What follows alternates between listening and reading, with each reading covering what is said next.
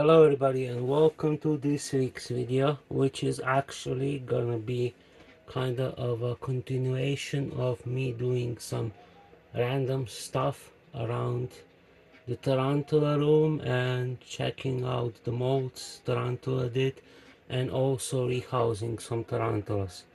We're gonna start with Brachypelma emilia, who molted 2 days ago. She's still fresh, so I'm not really gonna bother her too much, but I will try to show you on her mold, which was perfectly preserved, how the female spermatheca looks like.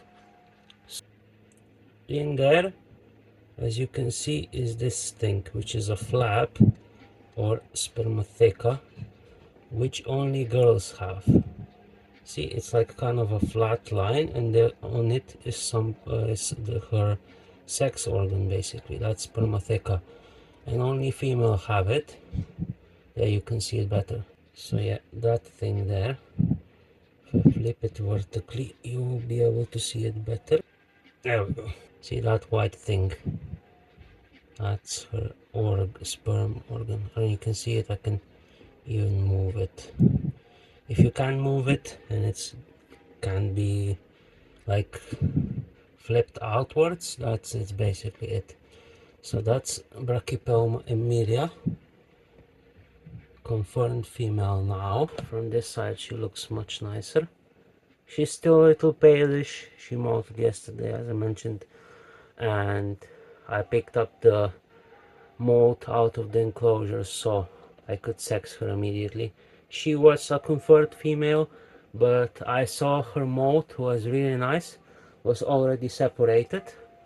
The lungs part, the bottom where the lungs are located, were not teared from her or from anything else. So it was really nice to actually get a perfect mold and to be able to show you what a spermatheca on a Brachypelma spider looks like. But Brachypelma spermatheca does look like that, so it's that's the flap you need to look out for if you have a Brachypelma spider. Some of them have like two dots, not Brachypelmas, but other species have two dots. Generally it's a line, and maybe it's a dot in between the two dots, which are also spermatheca. Different species have different types of spermathecas, but Brachypelmas generally have that line you can see, and that's it. Now let's move on to next update. Okay, so next up I just wanted to show you the tarantula that I rarely see and will eventually just go outside. It is Haplopus species Columbia large. Her formal name is something on F. I will write it down right now. And there she is. I rarely see this tarantula. Rarely actually see it. So this is kind of a treat for you and for me, because it's really rare to spot this tarantula. So yeah, there she is. She's fast. She can move fast. So I'm just quickly showing you her. She will likely go inside the burrow now. So we will quickly move on to the next tarantula. Also, if you don't know, this tarantula is very small. It's about 7 centimeters and it is a confirmed female now. She will grow to about 10 centimeters in length, but that is all. She's checking it out, but I really don't want her to escape because she is fast. So moving on to the next tarantula. Okay, so next up it is a really rare tarantula. This is also Haplopus, but is species Guerilla. Don't know much about this species, but I got it from Poland as well, and it was like a half a centimeter big half a year ago, and now it's like a centimeter and a half. So it's progressing. There you go. Can you see it even? It's like this is the tip of my finger, so it's still really small, and this is the best I can show you with my phone. Can you see it better? There we go.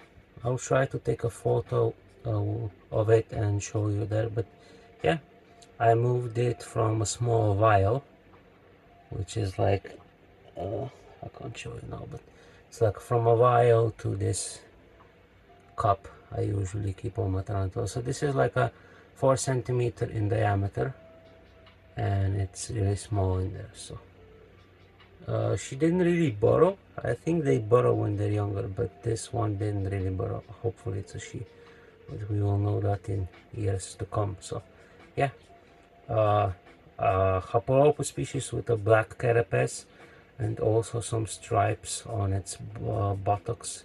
Looks really nice, and orange legs. If this is a female, or this species actually looks sick, not if it's a female. If it is, if it is, it is. If it's not, it's not. But this species generally looks amazing. You can look it up online. It looks really, really nice. So now let's move on to other tarantulas I moved. Okay, so next up I was moving some Asian fossorials. So there is no chance of you getting the footage of that because one of them escaped. Actually, two of them escaped while I was moving them, and I barely got them back. So this is the Latin name, Leornognathus genis posatoi, thick foot earth spider, and I numbered them so I know which one molted because I haven't. I have them in the Tarantula app, so when they molt, I mark the when they molted and how big they are and everything. It's like, can you see it even? I'm not really gonna open it because that will be really stupid. Okay, let's be stupid. Here we go. This is the closest I wanna go without doing anything. I'll try to keep my hands still as possible. It looks like Chilobrachys, but it's more, the legs are thicker. I think the thing about them is they are kind of thicker legs, and they're also fossorials. So a lot like Chilobrachys, but I will see in the future what the main difference is. This is basically what I can show you. It's a really nice brownish sling, nothing special to it, but they are extremely fast. So I'm gonna close this up and we will move on to other spiders. I moved 3 of them. This is the second one, which has an entrance burrow there, and it already dug like in there. So I saw it earlier, but now it's digging further in, so can't show you that one. And the third one basically closed off its burrow, so there's no way to show you. Okay, so we continue with an update videos with Cyriocosmus verdesi female who molted about a week ago. So she is really gorgeous right now, but she doesn't want to show you herself. There she is. Come on, girl, stop moving. There we go. Similar to wagons, but I think they do have a triangle shape like emilia on their head. I'm not that familiar with the species because these are my slings who are like 3 years old, but this is a confirmed female, so she looks gorgeous. Also, it's a little bit bigger than emilia. She's around 8 to 9 centimeters in leg span, which is gorgeous. Looks like wagons with a more brownish carapace.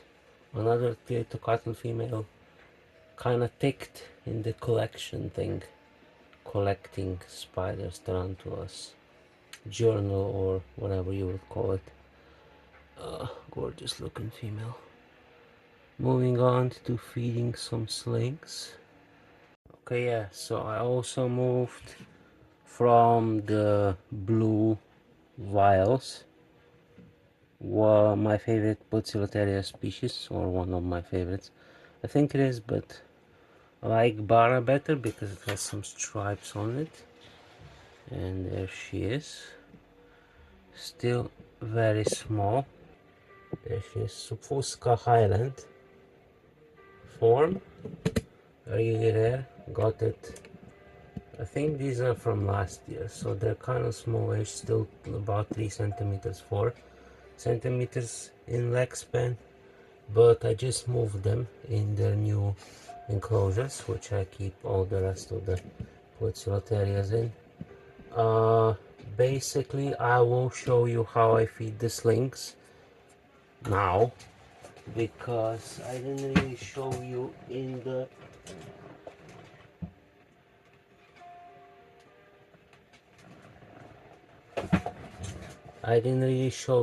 the feeding slings the last video, which was a fail kind of. So basically you take a part of the mealworm and you toss it in, and that's pretty much what's to it. It takes scraps. uh, it pretty much eats.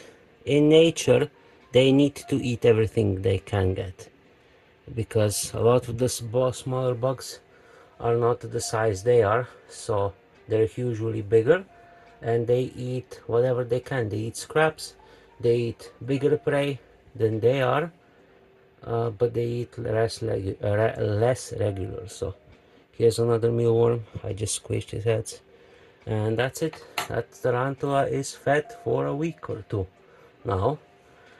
It's kind of gruesome to do, but it's a necessary deed for the tarantulas to eat, because if you give them crickets and everything else, it's kind of expensive. This mealworm I just gave it would be perfect size, but I just showed you that you can feed them normal food and cut it up, and it will be fine anyway. So let's move on to the second one. The second one is also outside. The enclosures are standard. When the Poecilotherias are this side, they usually just hide under cork bark or burrow a little bit, so where you give them food is generally doesn't matter, but I would suggest giving them food where they normally lay. So around there. Oh, sorry, I didn't show you. So there, where it is a mealworm head that's just moving. It looks gruesome, but it's better that way for tarantulas. Mealworms can't really hurt the tarantulas, and crickets can. So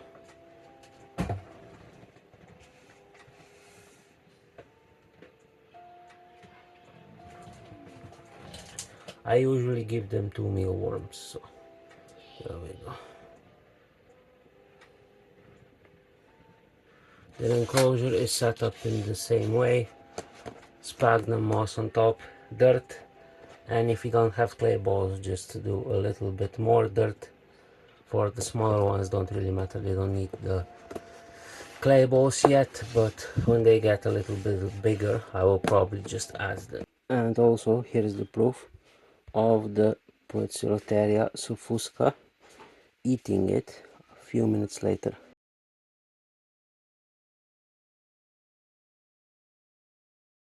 Yeah, so I want to show you her.